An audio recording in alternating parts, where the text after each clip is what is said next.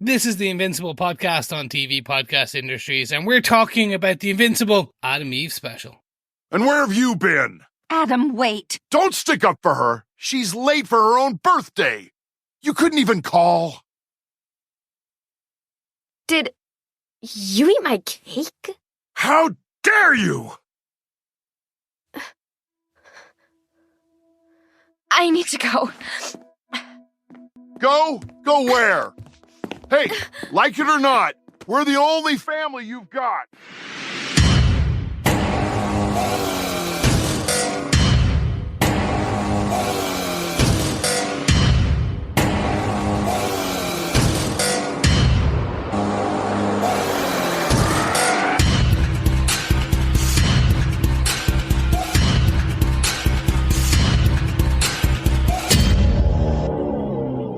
Welcome back, Guardians, or should I say Adamites, to the Invincible podcast on TV Podcast Industries. Yes, I am Chris, and we're talking about the Invincible special that was all centered on Atom Eve. So we can call it the Invincible Atom Eve Special. As I said, I am one of your hosts, Chris, and I am joined by the delectable, the despicable, the deranged, the Director-in-Chief, Derek. Quadruple D, Chris. Yes, Yeah. I'm your other co-host, Derek. Yes, we are continuing our coverage of Invincible by going back before the start of season 2 to talk about the Atom Eve special. Yes. Well, we're ending our part 1 of season 2 kind of review. Mm-hmm. So if you're just listening to this Atom Eve special, we've covered the first 4 episodes that were released of season 2. And we thought this would be a nice bookend just to kind of give us that, hey, we're now at the halfway point, but we're going to wait to some point early 2024 for the part 2. That could be January. That could be July. More than likely March or April, but let's see. Maybe we get a May thing. So we thought this would be a nice way just to kind of wrap up some feedback for the season 2 part 1 and also really get into what we saw as this, which was a bit of a shock where they just dropped the Atom Eve special on us during Comic-Con. Yeah, it was New York Comic Con, wasn't it? They made the announcement, dropped it just after that, and we were in the middle of doing 3 other shows on our main podcast feed on TV Podcast Industries, so we couldn't fit it in at the time, but we knew we'd get around to it eventually, and it didn't impact season 2 at all, really, just a couple of little connections with some of the characters that we have in here, so happy to come back and talk about it now. Yeah, and it's a fun one. It really is. It's very much like a one-off, a one-shot comic book. Absolutely. In that you don't need to know or read the one shot to enjoy the actual main comic book feed, but you'll get more out of it if you've read the one shot and you kind of see what's happening on the side of a main event. Exactly. So this is the exact same thing. Don't need to watch it, but if you do, as you say, you see more about Eve, her family, her background, and all those fun and games, and even a Mr. Kill/Cannon. Absolutely, yeah, and some other interesting things, because this all takes place before season 1 of Invincible as well, which makes it even more interesting. There's loads of things that are touched upon in this episode, which we'll talk about when we get into our detailed spoiler-filled discussion. But if you haven't subscribed to the podcast, you can get access to all of our coverage of all the shows we cover by popping on over to our website at tvpodcastindustries.com, or you can subscribe on any good or evil podcast catcher. Just search for TV Podcast Industries and you'll get access to everything. We also want to hear your feedback as well. As always, you can email us to feedback at tvpodcastindustries.com, or you can go over to our Facebook group at facebook.com/groups/TV Podcast Industries. To kick off this discussion about Invincible, we actually are going to go backwards. We're going to go through your feedback for season 2, episode 4, because we recorded a little bit early. So we have had some feedback in after we sent out our podcast into the podcastverse. Yes. But first, over on the world of Spotify, Conan Dorgan has this to say. It's been a while. It's Stained, not Creed, guys. Same era, though. Love the podcast. Never miss one. Thanks, Conan. Yeah. It was the second time we brought up. It's been a while. actually on the episode, It's Been a While, which was the 4th episode of season 2, because I like saying, it's been a while. I thought it was Creed at the end of episode 3. Mm-hmm. We just went with it because really, that whole era is a blur of music. A lot of it was good. A lot of it was not so good. Some of it was just Stained and Creed. And to be honest, I think we were an hour and a half into our recording session that night. Normally we'd stop and Google things if we don't know them for definite, and we didn't decide to do that, but we did do it in time for the finale of the series. So, but I did want to put that into our feedback because it's great to hear from you on Spotify. If anybody wants to send us feedback over on Spotify, there's a little button that you can do on Spotify where you can send any feedback into us. So it's also great to hear that you're listening to all of our episodes of the podcast too. Yes, thank you so much, Conan. But yes, let's go on to our feedback all the way to episode 4 of season 2 Invincible. Follow me in the Wayne's World style. Diddle-oo, diddle-oo, diddle-oo, diddle-oo, diddle-oo, diddle-oo. Yes, we're going back in time and we're going back to feedback for episode 4. Absolutely. First up, we got an email in from Coffee and Vodka who says, "Greetings, fellow bug bomb defenders. I did not see any of that coming. From Atom Eve's fatal failure to Debbie finding her strength so quickly, to Nolan's hero turn, to Mark's new job as Conqueror. So much everything happening on top of the next, complete with character growth, tragedy, and so much blood. Is Donald a clone or just semi-indestructible? Is Mark's half-brother alive? Is Omni-Man going to be executed or become a catalyst for the next Viltrumite civil war? It was great to see Indestructible live up to his name for a short time, though sorry it took genocide to bring it out. Yet, even with so much going on, my big blue favourites were there to top the episode with one last murderous surprise. This has been one wild ride, and the second half of this season cannot come soon enough. 4.5 bloody bent blades, artful pep talks, and deadly dads out of 5. Peace and take care. Coffee and Vodka." Thanks, Coffee and Vodka. Do you know what? You should write some scripts for the end. Do you remember those in the old Batman ones, where it's at the end of the episode, it would be like, how will Batman get from this? Will the Riddler get away with it? Mm-hmm. Will Omni-Man survive and be executed? Will he become the catalyst for the next Viltrumite civil war? Tune in next week, Guardians, to find out. Same Invincible time, same Invincible channel, I guess. Yeah, exactly. Be how we close out. Excellent. Yes, that'd be great. Good stuff, Coffee and Vodka. Yeah, some great thoughts there. This has been such a good season, building up to that kind of cliffhanger in episode 4 to see where these characters are going to go in the next half of the season. But there's so much in every episode of this show. It's so interesting. They don't just stick in one storyline and do 20 minutes on it. They do a full hour and stick in loads and loads of things and potentials for these characters coming up in the future. So yeah, really cool.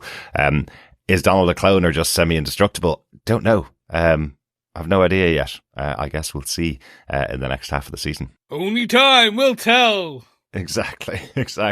Thanks, Coffee and Vodka. I love that voice. Thanks, Coffee and Vodka. I will be using that from now on. No, I won't. I will not subject our listeners to that. Maybe just once in the future.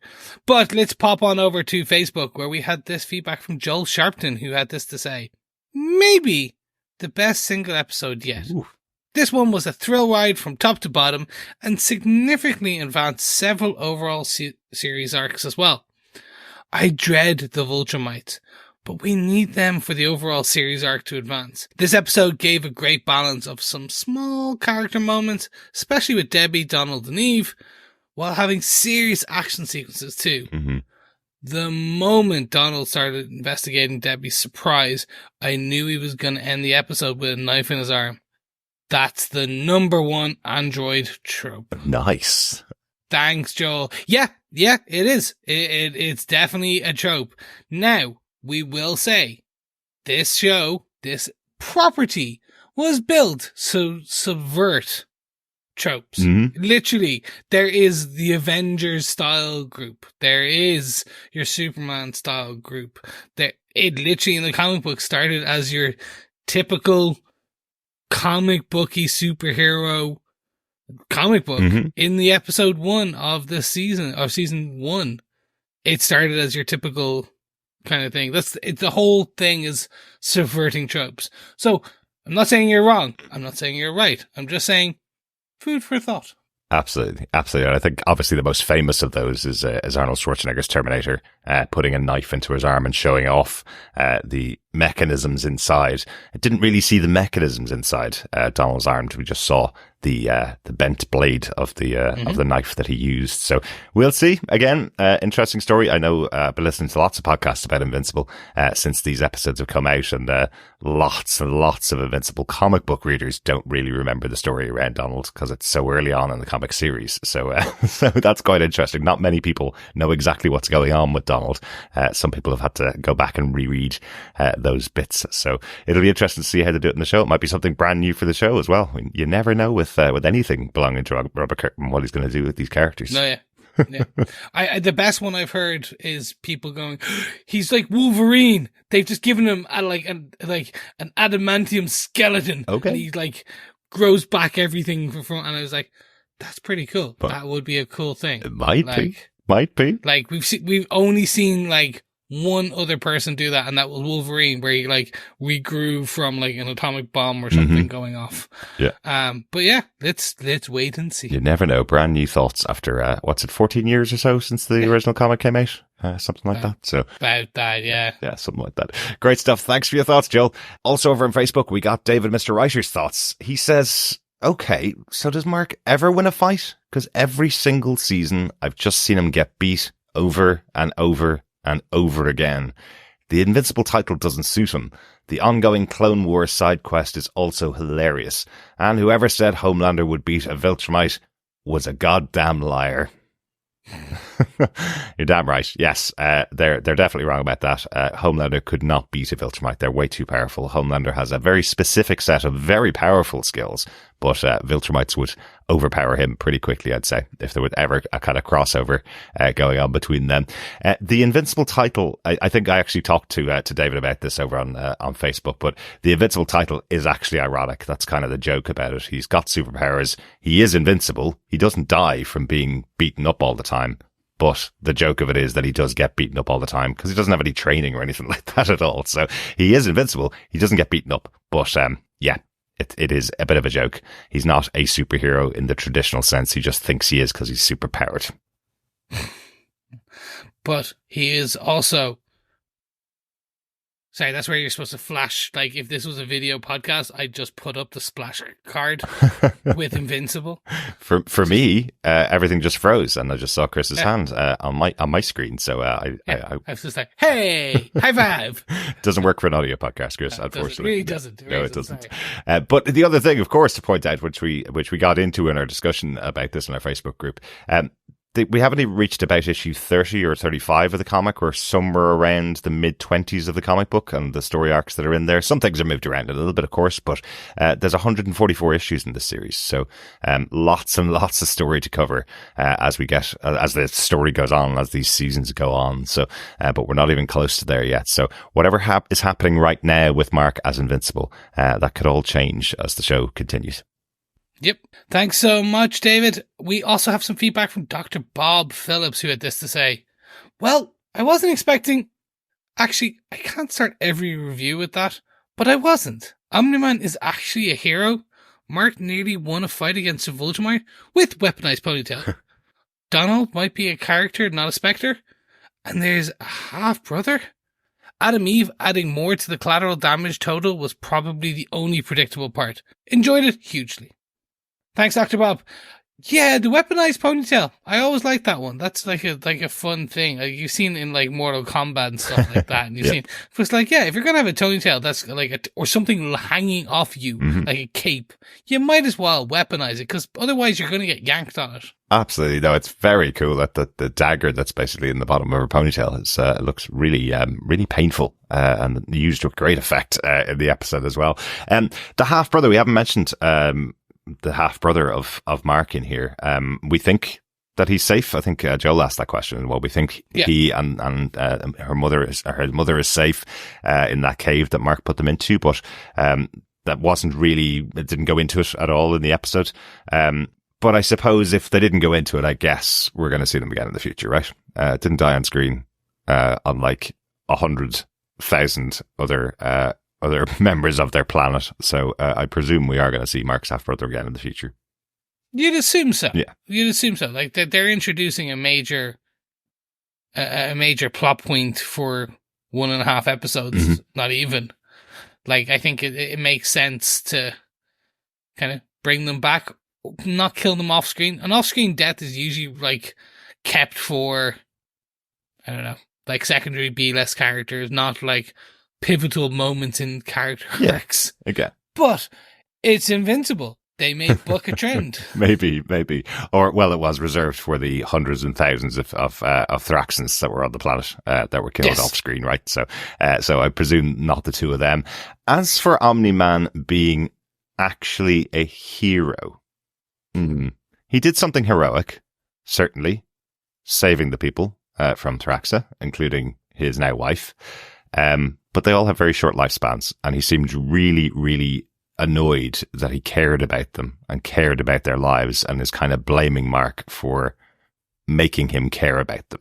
So it's all still there with Omni-Man. He is going against his kind of, not programming, but he's going against his people in the choices that he's making, but he's still kind of fighting against it. So that seems to be his own turmoil, I suppose, as a character. But I don't know whether I'd call him a hero yet.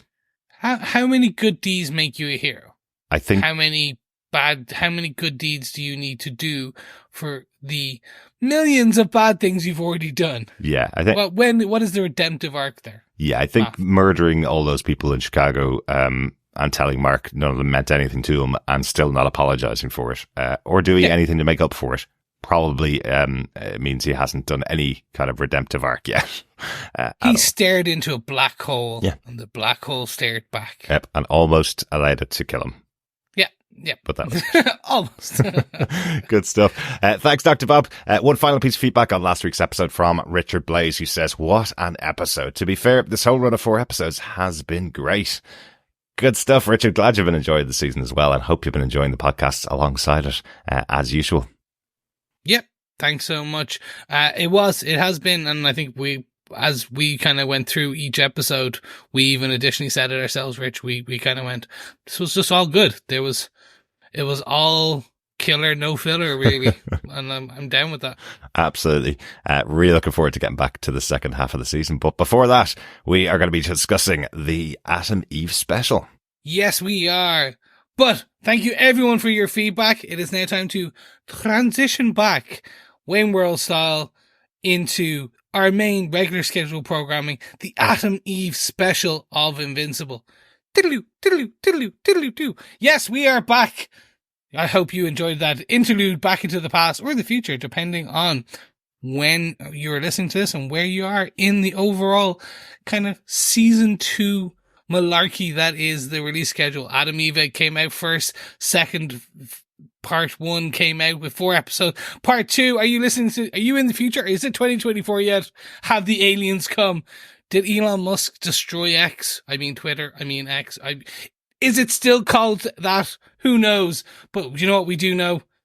We have a great episode to discuss. Yes, Derek, do you want to tell us who gave us what, where, when, and how with the episode details for this Atom Eve Special of Invincible? He's gone off the reservation, listeners. Yeah. I don't know what happened. It's not just caffeine in the Coke Zero. It's old school. It's the old school recipe. I don't know how to respond to that. Yes, let's get into the details about this episode of Invincible, the Atom Eve Special. Of course, created once again by Robert Kirkman, Corey Walker, and Ryan Otley. This episode was written by Helen Lee and Robert Kirkman himself, as the origin story of Atom Eve, interestingly, and we mentioned it last week, Helen Lee wrote season 2, episode 4 of Invincible as well. So got this Atom Eve Special plus the mid-season finale, as we're calling it, of season 2. The episode was directed by Hayley Herrick, previously worked as a storyboard artist on Star Trek Prodigy and Blue-Eyed Samurai, which has come out to great acclaim on Netflix in the last couple of weeks. Lots of people loving Blue-Eyed Samurai. Yeah, it's on my list of things to watch over the festive period, because it's just, as you said, it's coming out to great acclaim. Mm-hmm. So looking forward to checking it out. Absolutely. But Chris, do you want to tell us what they gave us with the Invincible Atom Eve Special? Sure. 18 years ago, government scientist Dr. Elias Brandyworth disobeys his superior, Stephen Erickson, and leaves with a dying pregnant woman named Polly, who gives birth to a powerful superhuman, Dr. Brandyworth swaps her child with the Wilkins' deceased newborn so that she can grow up with a normal family as Samantha Eve Wilkins. Growing up, Samantha proves highly knowledgeable about molecules and admitted to a school for scholars, but longed for a normal life.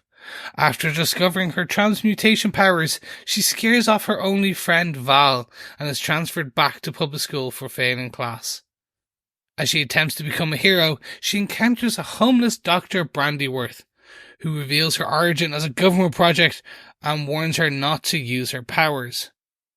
She later battles a group of deformed children that the government created amidst failed attempts of recreating her. After the children die, Erickson captures Eve along with Dr. Brandyworth and reveals he has Eve's mother Polly captured.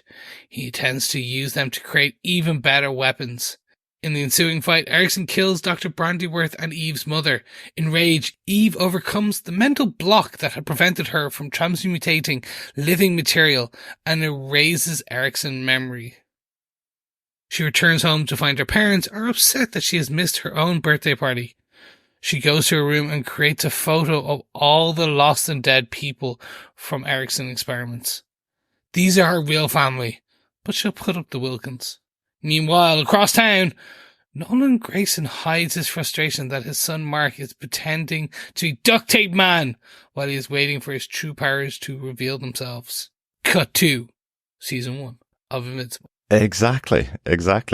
Yes, of course, another little post-credit sequence there, as every single episode of Season 2 has had a post-credit sequence. This one closes out with one as well. Yeah, and it was a good one. And it was a good episode. Let's just get into talking about it. I'm gonna kick us off with our usual points, our top 3 points for the episode. And I'll start with the first one, which is really gonna be Born into Chaos. Mm-hmm. The birth, the secret origin, not of superhero Atom Eve, but of Samantha Eve. Mm-hmm. Wilkins. Because this was fun. This is really, we get to see, the birth of one of the main characters. Mm-hmm. It was interesting. It opens with the Lizard League going against the Guardians of the Globe. Mm-hmm. And that's fun as well, because again, we're seeing, the Immortal, we hear of the Reservist, Omni-Man. You get to see the other ones who were only in one episode. Well, majority were only in one episode of Season 1, because they get they are no more by the end of the first episode. Absolutely. Yeah, we even get to see some of the original versions of the Guardians of the Globe, like the male Green Ghost. We've had mention of the second Green Ghost in the last season, who was married to one of the members of SOS, the Spouses of Superheroes support group.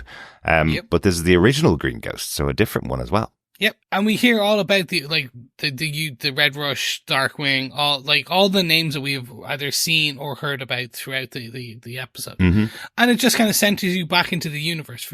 And again, if you're watching this special as your first kind of foray into the animated universe of that is Invincible, you're getting a good introduction to the type of kind of comedy, the type of some of the drama that goes on very quickly. The animation style, you get everything in fast order. Yeah, absolutely. But great to see another moment with another completely different lineup for the Lizard League, this time led by Queen Lizard and her son, Prince Lizard, who are also incompetent at leading the Lizard League, just like every other version of the Lizard League has been, but they seem to be the main foes that we see pretty often going up against the Guardians of the Globe as well. Once again, Queen Lizard, voiced by Tatiana Maslany. I think her fourth character this season of the show, which is great. So she must have been in the booth for most of the time during COVID, I guess. Yeah, well, what else are you going to do? A bit of ADR on her other superhero project, and then she just kind of rolls over and does this. It's great. Roll on, do this. Yeah, it was really good fun. I like the little joke with Prince Lizard where she says that she allowed him to do the explosion, but it created a lot more noise than she would have expected it to create. But that's okay. We can move along. Did you notice there was a little comment as well from Dr. Brandyworth when we first meet him as he's carrying Polly out from the lab? He says to her, they were only supposed to cause a distraction. So he had planned this. He'd planned to get Polly out of the lab before the attack, which I thought was quite interesting. I thought this was fun. Like, the introduction of Dr. Brandyworth and kind of him explaining that, like kind of why he was trying to bring Polly away. And again, he is the doctor. He is like trying to steal away a patient. You're you're left guessing what is happening throughout this. And it's only when you see Eve and then the Wilkins later on in the episode that you kind of start fully piece everything together, and it kind of makes, oh, she's a weapon, or at least an experiment, super kind of powered. Let's get her away. Which is a trope as well. Like, we've seen this, the child that must be kind of secreted away because it is a failed US experiment and its powers are too great, so you must hide it from itself and the world. Well, a successful experiment. Yes, exactly. Mm-hmm. Yeah, he regrets his decision to work for the government and create this very powerful weapon that they're going to use, because he realizes that she is a child after all. So he wants to get her away from the lab, away from Erickson. You know, I just really like this, because initially when you watch it, you think that he's just trying to protect Polly, take her away to the hospital, and he's not going against the orders of Erickson. But you understand from that conversation that Erickson doesn't matter what's going on. He wants the child, he wants the weapon back. And then we learn later on, exactly as you said, Chris, that he has done this because he sees the child inside Polly. So I thought it was a really good opening, really exciting opening, great action piece going on, and cool to see the Lizard League and the Guardians of the Globe at full power to begin with. At least in some kind of mission. It was kind of cool to see, because you didn't get to see the original Guardians of the Globe like that very often. No, not at all. Hopefully we'll see more of them in part 2 of season 2, but we'll see. We probably won't see many of them in part 2 of season 2. They're mostly dead, unfortunately. One other thing that I really liked in this, as we have Omni-Man arriving, who is being referred to as the reservist, because he wouldn't join the Guardians of the Globe. I like that he arrives with this for the first showing of the outfit we all know him in. And gives the explanation that the designer, who is Art, as we know from the show, has told him that everybody's running around wearing letters on their outfits, so he needed an upgrade, right? And then we get a little joke about Immortal looking down at his own suit and going, "Hang on a second, is that what I've got on my chest? A big eye?" Like that. Yeah. Well, it's better than a big symbol that stands for hope in a different language. Yeah. You know? Superman slam. Oh. Is that all for you at this point? Just the final moment, really, as Eve is born in the hospital and handed over to the Wilkins. Do you know what? I think this makes the Wilkins even worse. They thought they'd actually lost their daughter in tragic circumstances. You know, they're trying to comfort each other about the fact that they've lost their daughter. They are given Eve as a replacement for their lost daughter, and they still treat her as awfully as they do for the rest of her life. You know, it actually makes it even worse, because they knew the pain of not having a daughter, yet they still treat her as badly as they do. Yeah, I'll kind of spoil one of my feelings that came from this Atom Eve special, which is I personally grew to dislike the Wilkins more because of this history. Mm-hmm. Because you kind of get to see the dark side, the evil side, not the evil, the shitty side of them in season 1, and partially so far in the season 2. Definitely. Knowing this backstory, knowing where this whole series goes, this episode goes, you're like, no, these are just bad people. Yep. Like, they're just not nice. And you can say emotional abuse, all those words, fancy words, but do you know what? They're just downright terrible. They are. Like, that's it. Like, that's plain and simple. They're just, like, there's, as you said, like, it makes it even worse knowing this. And as the episode goes on, you see more, and you're like, oh no, you people should not have a kid. Exactly. Speaking of which, let's go on to our point number 2, a bit more about Eve growing up. This is the origin story of Samantha Eve Wilkins, of course. So our point number 2 is growing up super, because we get to see her powers develop over time as well.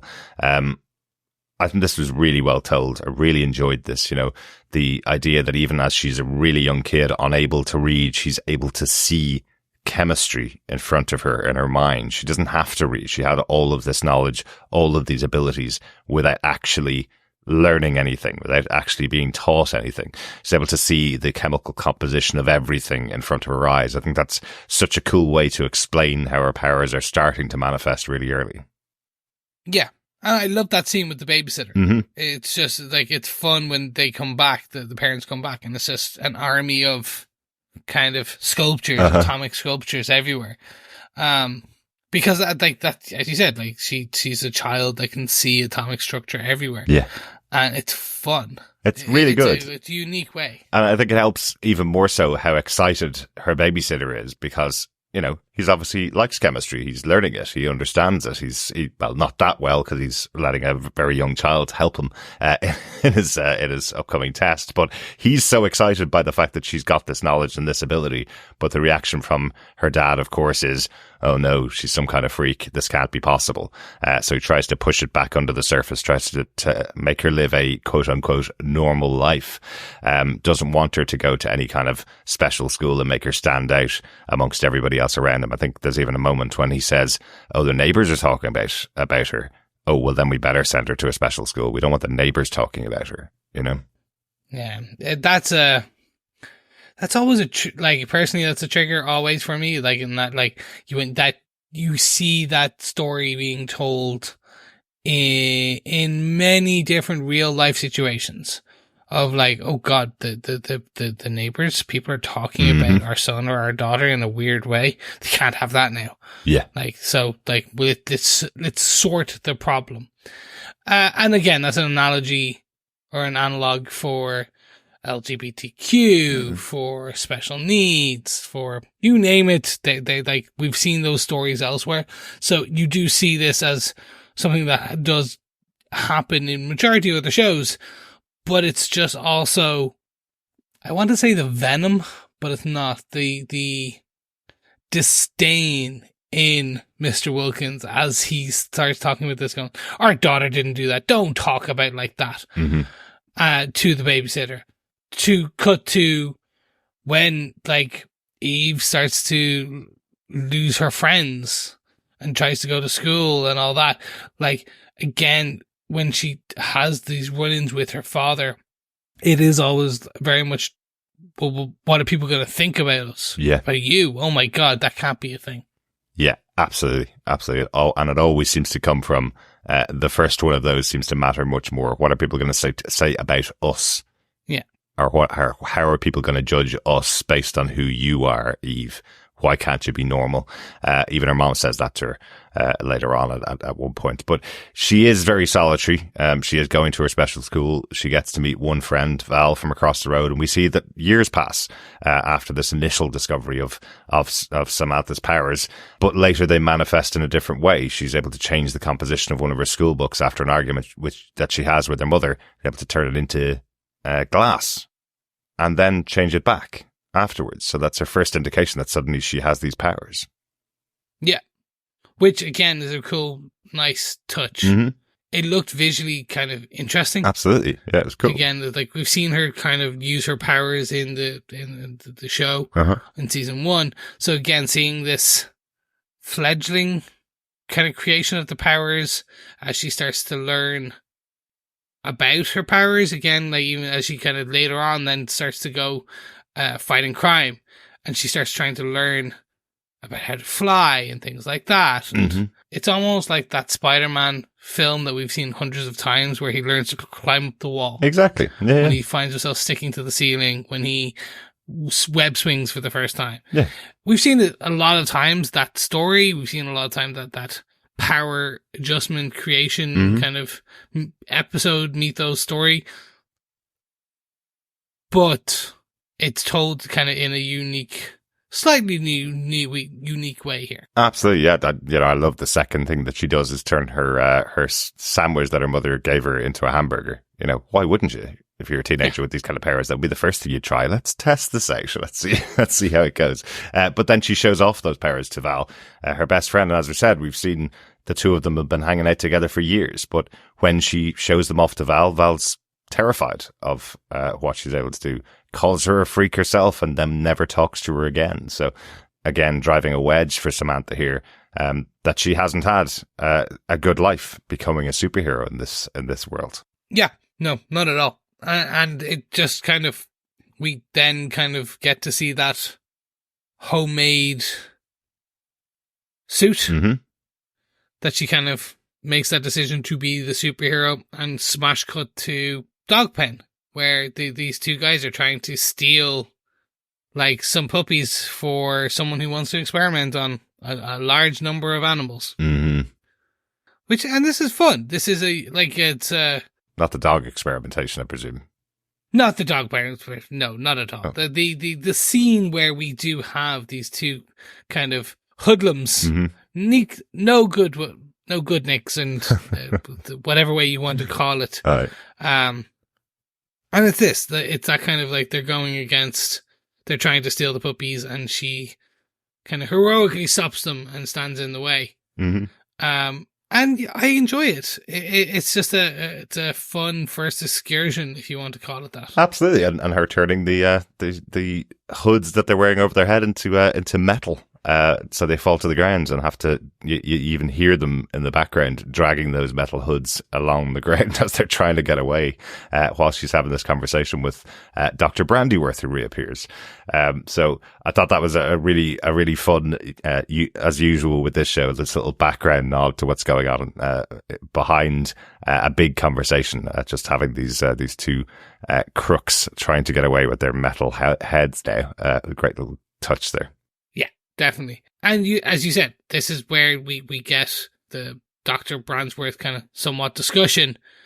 And then her nemesis, Kilcannon, is introduced for the first time. Yes, Kilcannon, who introduces himself as, "My name's Kilcannon," not gets beaten up by little girls Cannon, and then proceeds to get beaten up by Atom Eve. Little girl, yeah. Of course. But I like that he's threaded in again, kind of like the Lizard League. I like that he's threaded in also throughout her story. Over and over again, we see this character appear, try and fight against her, and then she takes him out. Similarly to the Lizard League appearing and getting beaten up by the Guardians of the Globe. So I like that they do it this way. Yeah, and it rings true to the comic books, where you always have a rogue going against the hero, who is consistently beat down and comes back in different ways. And you have the Vulture, or like Rhino, or the Riddler, or you name the Trapster, the Captain Boomerang. Really, just like, you're like, why are you still doing this years later? And this is the inaugural beatdown by little girl.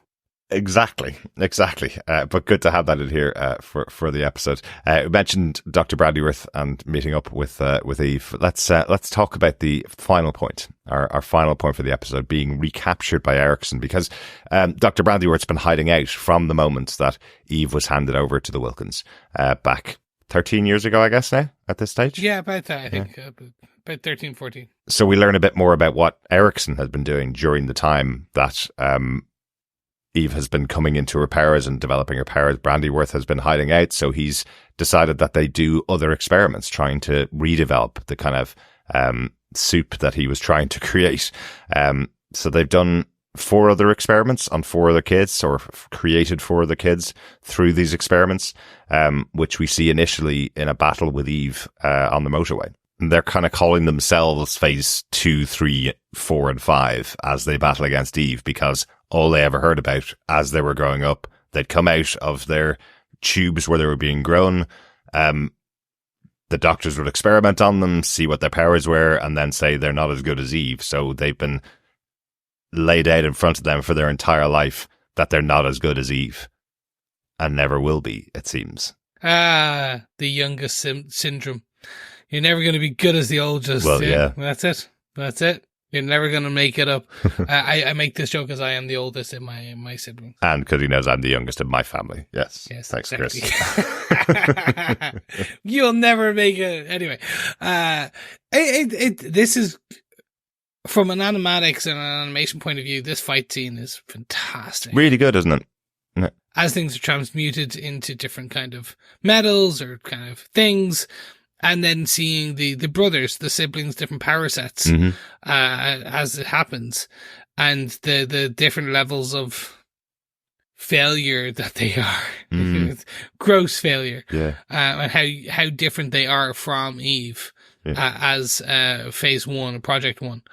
And it is really well done because I definitely felt sorry for these kids as they're fighting with Eve. You know, the way their powers are manifested, the way they look, even, you know, the melting skin. You know, there's one that hits a car and just melts on top of it and then kind of reforms, but it's not in that cool, sexy way like the T-1000 did in Terminator 2. It's just all these melted bones and skin forming back up to form something approximating a human shape. And we hear from the eldest of these 4 experiments that he's the only one that can talk. The rest of them were never even out of their tubes long enough to learn how to talk. So there's a lot of sadness that's in there, you know. And as you hear Dr. Brandyworth explain why he freed Eve or freed Polly, Eve's mother, you kind of understand why he did. You know, this is how Eve would have been treated if she was left behind in that environment with evil Erickson. Yeah, because to Erickson, they're not human. They're not people. They are things. They're weapons.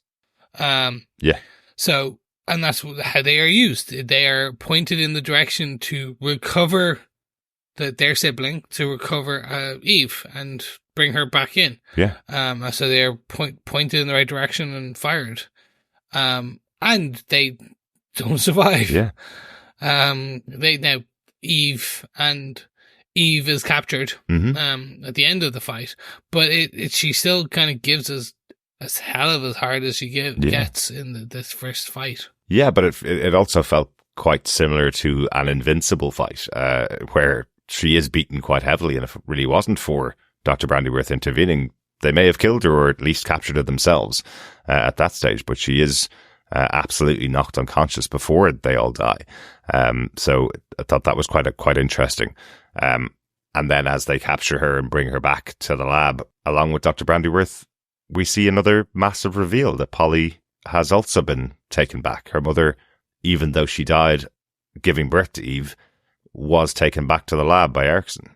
Yeah, and that's where the siblings are coming from. Like, they are kind of genetic sibling clones type things, grown in the mother because Polly, as you said, like she was brought back. And again, it's just another reveal that does really just make you feel for Eve. Absolutely. And there's more that comes, but like, again, just building on this child's remorse and her background being so distraught with just pain. Yeah. That she didn't even know about until, like, as it happens, kind of like we're getting some of the same reveals. So it's just interesting. And that does lead us to the next fight as well, where Polly is no more. And I'm not talking about the Monty Python parrot sketch. But it basically does then help temporarily unlock Eve's kind of mental block, because the doctor did put a mental block in to stop her from being able to change humans or animals, or not change, but use her powers directly on humans and animals. Yeah. Like, they built in the subconscious block in order to, it's almost like a safety on a gun. Exactly. Type of thing. Yeah, he says that she's got endless possibilities, absolutely limitless possibilities, except for this one thing that he put in, this blocker that he put in. I think they kind of revealed it a little bit earlier as she's trying to create a puppy out of thin air, and she can't do that. But she also can't just change the physical attributes of another human around her, or change another animal, because he thought that was a step too far. But once he gets killed, once Polly dies, Eve's able to unlock that ability and effectively wipes the mind of Erickson and wipes the mind of all the government agents that had done the experiments effectively. So that's why she's in the clear. That's why when we meet her so many years later, the government aren't still after her, because she's wiped their minds. Yeah. It does mean one thing from very earlier in the episode as well. Mm-hmm. That was not a hamburger. That was a bean burger. Okay. Because she can't create animals. Right. She can't change animal composition. Good point, Chris. A hamburger is ham. Well, it's not, it's beef, Yeah. but you know what I mean. So it was a bean burger. Very good. There you go. Just that I thought that was fun because you're just like, it was one of those ones where it's like, I could see like people like automatically pull up their like glasses on their nose. Excuse me. Earlier we saw her make a hamburger and that's not canonically correct. I'm like, it is if it wasn't a hamburger. Very good. There's also, I can't believe it's not real burger or impossible burger Mhm. or it's not burger. It's bean or there's tofu. Have you tried a tofu burger? No, I haven't because it's probably disgusting, but she could like it. It could be a tofu burger. I will get off my high horse about this burger right now. But a great catch, Chris. I like it. Thank you. I like it. Thank you. Good stuff. We see Eve going back effectively after the death of every single person here that she knows. So in her mind, she's just lost a mother that she never knew before, 4 brothers, I guess, or 4 other family members that she didn't know she had. The doctor that created her, who's technically her father, all of them are gone, and learnt that the Wilkins are not her true parents. And calling back to another moment earlier on in the episode where they had missed her birthday, they didn't know even know what date her birthday was. Dr. Brandyworth was the only one that did. She comes home and finds out this year they did actually remember her birthday. That they're there waiting for her to come home with her birthday cake. Well, having eaten some of it because they're still horrible, horrible people, and send her to her room effectively. But I just think this is such a melancholy moment to end the episode on, and it's really sad how it's done, really well presented, where we see her take a photograph down, we hear her father say, wish that she was normal as well, and she changes the photograph of the Wilkins to this other true family of hers from the lab, effectively. All restored to their original, what they would have looked like before all the experimentation. Yeah, it's an emotional moment where you like it kind of sets her as she's able to deal with the Wilkins because she now has this memory of her real, quote unquote, real family, her siblings and her mum and dad. Yeah, and all she wants is a hug. All she wants is someone to love her, and effectively she has to turn to Mrs. Wilkins, her mother, for that hug that she needs because there's nobody else in her life. It's really just an acceptance of the position that she's in. She has to turn to these people because they're the only people in her life, and it kind of explains why so many years later, as we're watching season 2 of the show, she's leaving home, she's getting out of there, she's running away from them, and now at the end of season 2 episode 4 she's had to go back to them once again because things haven't panned out for her. So Eve doesn't have a great life, really. No. If only someone could sweep her away and to look after her. Exactly. One little thing I did like about the choice they made with her mum and dad is and any Harry Potter fans might catch a nod there. They did make them look like the Dudleys. The Harry's auntie and uncle. I can see that. Were horrible to him. They very much gave him like the Vernon moustache. Mm-hmm. Like they can't, and again, it's a bit of also trope giving him the shirt that looks like Al Bundy, the dad. Like there's a few kind of subconscious nods to the character styling that they give you so that you just straight away go, I don't like this person. And you're not supposed to like this person, so it's perfect. Not at all. He's, I think even the Invincible accountant putting him out as the true villain of the Invincible story is her dad, Adam Wilkins. So, yep. Yeah. 100%. Good stuff. Just to close out on the post-credit scene, just a note on that itself. Because once again, we see a side of Nolan that the family is not seeing, even in this moment. We see his reaction to Mark running around the house, as kids do, pretending to be a superhero. The big difference with Mark is that he knows his superpowers are coming. He knows his father's a superhero. So he knows he's eventually going to be getting superpowers. And here he is pretending to be a duct tape man. A funny joke in itself. And Debbie telling him he has to go up to take a bath because it's going to hurt really bad when he takes all that duct tape off. But you see the reaction from Nolan where it's just this violent anger, just he's able to cover it up in front of all the rest of them, but we can see this anger coming through in him at what's happening with this family, or maybe at what he has to do. Definitely more towards the family at this point, I feel. At this point, for me, it's he's still very much in his teachings of the Viltrumite Empire and the traditions. So he's there on his mission, and it is still very much a mission at this point. Yeah. And that brings us to the end. Smash cut to Atom Eve title card and back to season 1, if you really wanted to, of Invincible. So with all that said and done, do you have any other notes, Derek, that you'd like to talk through? I think that's it for everything from this episode. Excellent stuff. Well, then I will throw the ball back to your court and ask you, Derek, do you defend this Atom Eve special episode of Invincible? I really like this. I really like the idea of having these single character episodes in the world of Invincible. We do obviously get to see Mark in here, and we get to see Nolan in here, but this is truly a story of Atom Eve, a real good story about Samantha. It's got the same kind of emotion that we've seen from the series. A good character development here. I'm hoping we'll get some more of these about other characters within this universe. We mentioned the current Guardians of the Globe have only been on screen for about 10 minutes of this half of the season. So maybe we could do a side story with just them on their own, you know, its own episode at the end of maybe season 2. That would be kind of cool. But I like Atom Eve as a character. I like learning more about her, but it is really tragic. It's a really tragic story that she gets. So I'm hoping in the future she's got some good times ahead of her, because it seems like everything's been bad so far. Yeah, no, it has, and it will only get worse.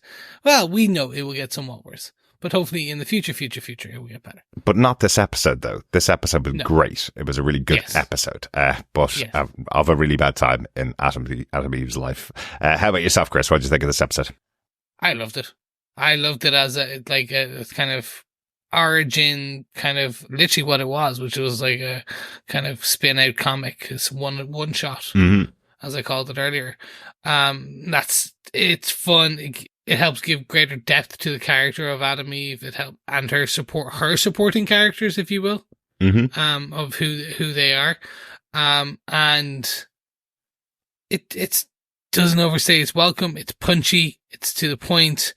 Like, some places might have done this as like a 90-minute, but like, again, you don't need to do it. Like, it was just, you can also see that this was also done around the same time as season 2. The animation's off, like, fantastic. I didn't call out any of the audio or kind of any of the music, but some of like the choices were just fantastic. Not on the same level as kind of, say, like Radiohead in season 2, but still, like, poignant moments are given the time to breathe. So, hot tip to the writer, hot tip to the director, everyone working on this special and season 2, just fantastic. Like, keep doing what you're doing. It's only going to get better as you get better. Absolutely. Great to know that we have season 3 on the way as well, after the second half of season 2. But first, we do have some feedback in on this episode. Got an email in from Coffee and Vodka, who says, "Greetings, fellow chemically creative defenders. Gave this a rewatch feeling more than a little itchy. Her parents, ripped from Harry Potter, but with a contemporary layer of being believably horrible, are never fun revisits. Please tell me they had a building fall on them in the Kirkman comics so that I might look forward to them in the series. Well written, acted and animated with all the usual feels. There seems to be something off for their character, like since the beginning the creators didn't know where and how to place her. Maybe it's miraculous power set or her altruistic traits in an otherwise cruel world, but the only time we've ever seen her completely at peace is when she's doing her own thing or hanging out alone in her treehouse. A question for Professor Chris. Does this ever change for her, or does she remain a square peg hero in a round hole world? Her other family situation was unbelievably even more tragic than her homebound one. The fight sequence was fantastically animated, exciting, sad and gross all at once. The standout element for me, however, was hearing Lance Reddick. Even playing a villain, he was always a welcome presence in everything I'd seen or heard him in, and is very much missed. Finally, the only real flaw was her brother recognising Brandyworth, whom he'd heard of but had never met. Otherwise, a great special episode. 4 garbage pail siblings, dumpster diving low evolutionaries, and pathetic parents out of 5. Peace and take care. Coffee and vodka. Thanks, Coffee and Vodka, especially for the additional accolades that you, from an academic perspective, that you have anointed me with. I will take Professor Jones. But you've never taught, Chris. I've taught people in the hard knock school of life, in lessons in the streets. Yeah, but just like Dr. Seismic, you're going to have to just keep a doctorate if you've earned one of those. I don't think you have, though. I have. But a professor of comic books, Chris. Without much spoilers, what would you say about where the character of Atom Eve goes? Does she just continue to get beaten down, or are there better things to come? Much like everything that Robert Kirkman does, major characters get major wins, while also suffering from major Shakespearean tragedy. Right. Yeah. That's the best way I can put it. Like, without spoiling things, it's like, things get better, things get worse. Of course. It's life. That's life. Kirkman does very much human stories set in fantastical settings. Mm-hmm. Zombies, in superheroes. He writes his characters well. He writes them believable. So, in ways that, like, you're just writing a story of life, things are going to get better, things are going to get worse. Mm-hmm. And it's just the superheroic spin on that. And because it's going to take some amount of time for the season 2, remainder of season 2 and all of season 3 to come out, if you want to, do read the comic books. Like, I don't think it's going to spoil too much for people. Okay. In that it's going to tell you what the story is. You're going to see it a lot ahead of time, but I think you'll also enjoy kind of watching it in animated form anyway. But that's just me. If you want to remain completely spoiler free, wait until they inevitably cancel it with the final season of like season 5. And like, we're one season away from the epic finale, and they would have got there. 'Cause that's, of course, like Hollywood. Well, let's hope Prime Video is better at that. Prime Video Exactly. tend to be quite good, and as we've seen already, they're renewing these seasons years in advance. So hopefully we've got a few more seasons of the show.